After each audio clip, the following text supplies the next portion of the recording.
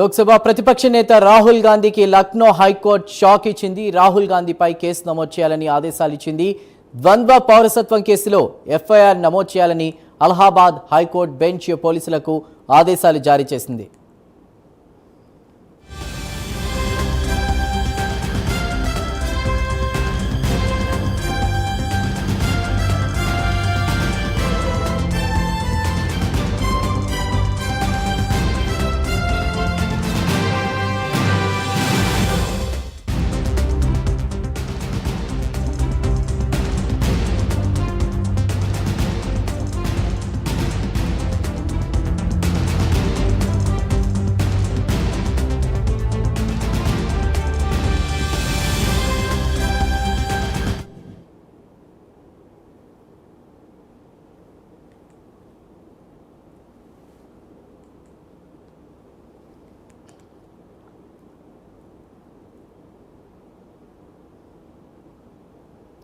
రాహుల్ గాంధీకి Lucknow high court shock ఇచ్చింది. Rahul గాంధీపై case నమోదు చేయాలని ఆదేశాలు ఇచ్చింది.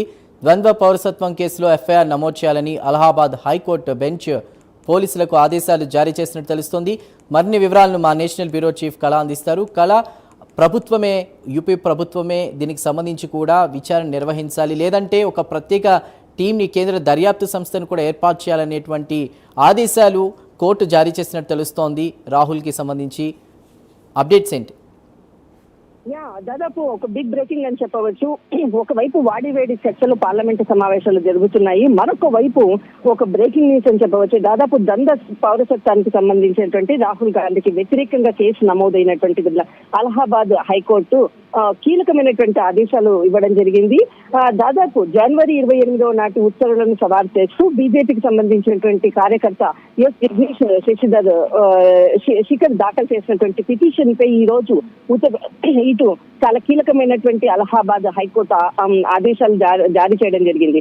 దాదాపు మనకు రాహుల్ గాంధీకి సంబంధించినటువంటి ద్వంద్వ పౌరసత్వంపై పలు ఆరోపణలు ఉన్నటువంటి వీటిపై విచారణ జరపాలని పలు సందర్భాల్లో కూడా విమర్శలు ఇటు బీజేపీకి సంబంధించినటువంటి వ్యక్తులందరూ కూడా చాలా కీలకమైనటువంటి విమర్శలు కూడా చేసినటువంటిది. దీనిపై అలహాబాద్ హైకోర్టుకు బీజేపీకి సంబంధించినటువంటిది కేసు ఫైల్ చేయడం జరిగింది. దీనికి ద్వంద్వ పౌరసత్వానికి సంబంధించినటువంటిది కేసు నమోదు చేయాలి అంటూ కూడా అలహాబాద్ హైకోర్టు కీలకమైనటువంటి ఆదేశాలతో కొంత వాడివేడి చర్చలు ఒకవైపు జరుగుతున్నాయి, మరొక వైపు ఇటు రాహుల్ గాంధీపై ఇటు అలహాబాద్ హైకోర్టు ఇచ్చినటువంటి ఉత్తర్వులు మాత్రము దాదాపు దీనిపై కాంగ్రెస్ కూడా స్పందించాల్సి ఉంది. దాదాపు మనకు పార్లమెంట్ కి సంబంధించినటువంటి సమావేశాల్లో కూడా కీలక వ్యాఖ్యలు చేసిన తర్వాత వెంటనే పార్లమెంట్ ని కూడా వదిలిపెట్టిపోయినటువంటి సందర్భం.